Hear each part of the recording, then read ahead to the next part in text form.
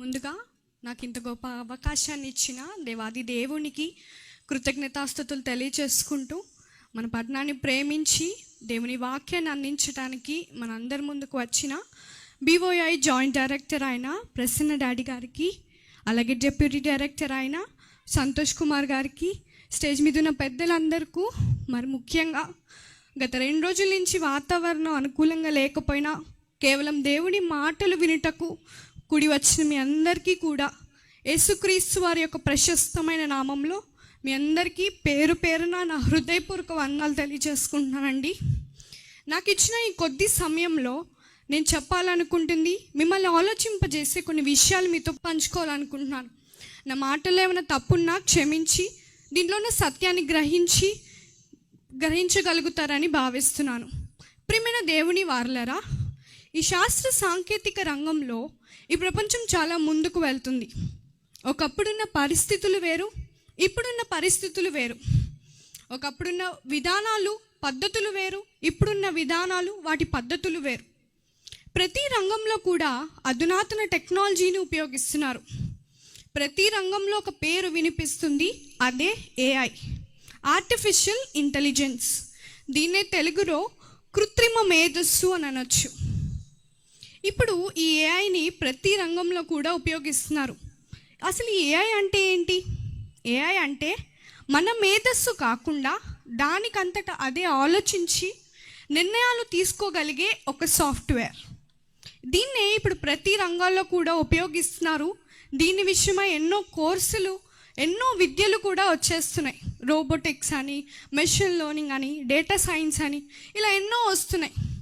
దీనివల్ల ఇంకా ఎక్కువ ప్రమాదాలు ఉన్నాయని నేడు సమాజం భయపడుతుంది. అయితే ఈ AI గురించి ఒక సంఘటన మీకు చెప్పాలి. అమెరికా టెక్సస్లో ఒక 17 వయస్సు గల యవనస్తుడు అనుభవించిన ఒక సంఘటన మీకు ఈరోజు నేను చెప్తాను. ఆ బిడ్డవాడు పద్దాకులు ఫోన్ని ఉపయోగిస్తున్నాడని చెప్పి తన తల్లిదండ్రులు ఆ బిడ్డని మందలించినప్పుడు ఆ బిడ్డ AIని సలహా అడుగుతాడు. AI, ఇలా నా తల్లిదండ్రులు నేను పద్దస్తమాను ఫోన్ని ఉపయోగిస్తున్నాను, ఏం చేయమంటావు అని సలహా అడిగినప్పుడు AI ఏం సలహా ఇచ్చిందో మీరు స్క్రీన్ మీద చూడొచ్చు. Charge board encourage teen to kill parents over screen time limit. చూసారా, నీ తల్లిదండ్రుల్ని చంపేమని AI సలహా ఇచ్చిందంట. చూసారా ఎలాంటి టెక్నాలజీని మనం ఈరోజు వాడుతున్నామో. ఆ కింద పేర అంతా కూడా ఇప్పుడు చెప్పిన కథంతా ఇది నిజంగా జరిగిన సంఘటన అండి.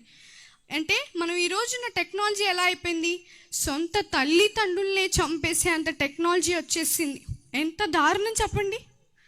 ఇంకా చెప్పాలి అంటే మనం ఒక చోటకు వెళ్ళి నించొని మన మనసులో ఏమనుకుంటున్నాం, మన మనసులో ఏం జరుగుతుంది, అవన్నీ కూడా మన స్క్రీన్ మీద వచ్చేస్తున్నాయి.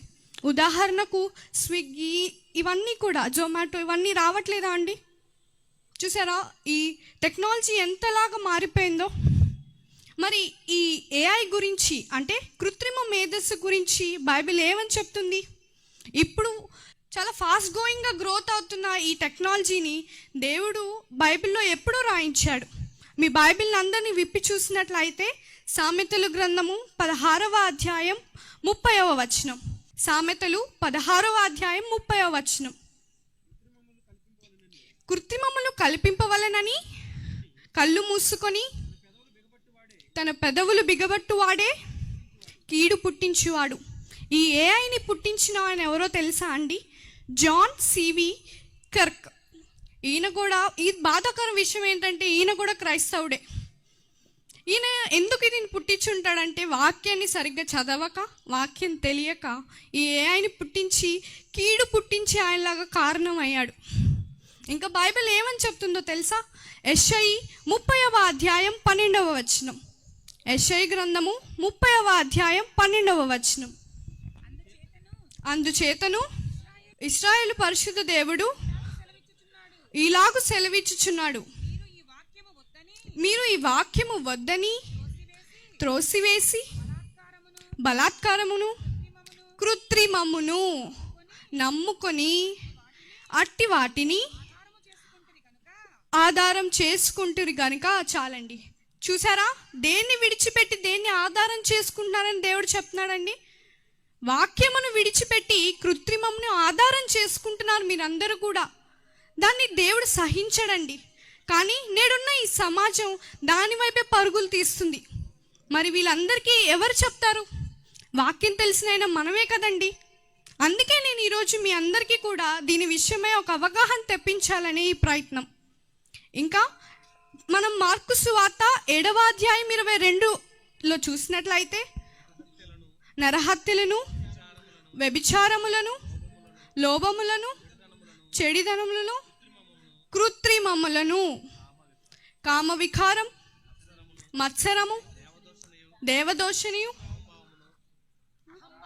అహంభావమును, అవివేకము వచ్చును. వీటి అన్నీ లోపల బయలు వెళ్ళి మనిషిని అభ్యంతరపరచునని ఆయన చెప్పును. చాలండి. అంటే ఈ కృత్రిమము మీరు బాగా గమనించినట్లయితే చెడ్డ వాటిల్లో ఒకటి కృత్రిమం అని బైబిల్ చెప్తుంది. ప్రియమైన దేవుని వారలారా, కృత్రిమంను ఆధారం చేసుకుంటే దేవుడు విడిచిపెట్టనని చెప్తున్నాడు. మరి మనం దేన్ని ఆధారం చేసుకోవాలి?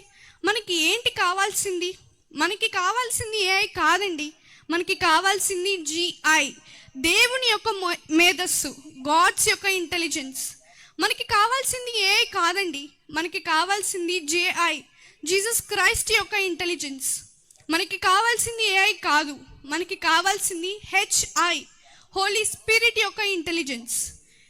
మీకు ఒకటి చెప్పనా, ఈ ముగ్గురి ఇంటెలిజెన్స్ నేర్పించగలిగే ఒకే ఒక ఐ ఉంది, అదే BOUI. చాలా గర్వకారం అండి. ఈ ముగ్గురు మేధస్సును తెలపగలిగే ఒకే ఒకటి BOUI. దీని గురించి చెప్పాలి అని అంటే దీన్ని ఒక వ్యక్తి అనకూడదు, కానీ ఒక లెజెండరియస్ పర్సన్ స్టార్ట్ చేశారు. ఆయనే మీ స్క్రీన్ మీద చూడొచ్చు, జయశాలి శ్రీ PD సుందరరావు గారు. ఆయన స్టార్ట్ చేసిన మొదలు ఇప్పటికీ ఇంకా ఫ్యూచర్లో కూడా ఎంతోమంది వాక్యోపదేశకుల్ని ఒక ఏదో స్పీకర్గా కాదు, ఒక బాణాలుగా రెడీ చేసి పెట్టారు. ఉదాహరణకు ఇక్కడున్న స్టేజ్ మీద ఉన్న తన తనయులు ప్రసన్న బాబు గారు, అలాగే సంతోష్ కుమార్ గారు, ఇలా స్టేజ్ మీద ఎంతో మంది మీకు ఉదాహరణకు ఉన్నారు. ఇంకా రాబోయే కాలంలో అలాంటి యవ్వనస్తులు ఎంతో మంది రెడీగా ఉన్నారండి. దేవుణ్ణి ఏమన్నా అంటే బాణాలుగా దిగుబడిపోయేంత రెడీగా ఆయన తయారు చేసి పెట్టారు. చాలా అంటే చాలా సంతోషకరణం అండి. చివరికి నేను ఏం చెప్పాలి అనుకుంటానంటే, ఈ ప్రపంచం పరుగులు తీస్తున్న ఏ వెంట కాదు, కానీ వాక్యం తెలిసిన మనం, దేవుని మనసు ఎరిగిన మనం అందరము కూడా దేవుని యొక్క మేధస్సు కొరకు, తన కుమారుడైన యేసుక్రీస్తు యొక్క మేధస్సు కొరకు, పరిశుద్ధాత్మ దేవుని యొక్క మేధస్సును పొందటం కొరకు మనం ప్రయత్నం చేద్దాం. నాకు ఈ అవకాశాన్ని ఇచ్చిన అధ్యక్షుల వారికి వందనాలు తెలియచేసుకుంటున్నా అండి. థ్యాంక్ యూ అమ్మా, చాలా చక్కని విషయాలు చెప్పావు. ఏఐ కాదు, ఈ ఏఐని మించిన ఐ ఒకటి ఉంది, అది BOUI అని సరిగ్గా వివరించినందుకు చెల్లికి వందనాలు తెలియజేస్తూ గట్టిగా క్లాప్స్ కొడుతూ తనని అభినందిద్దాం.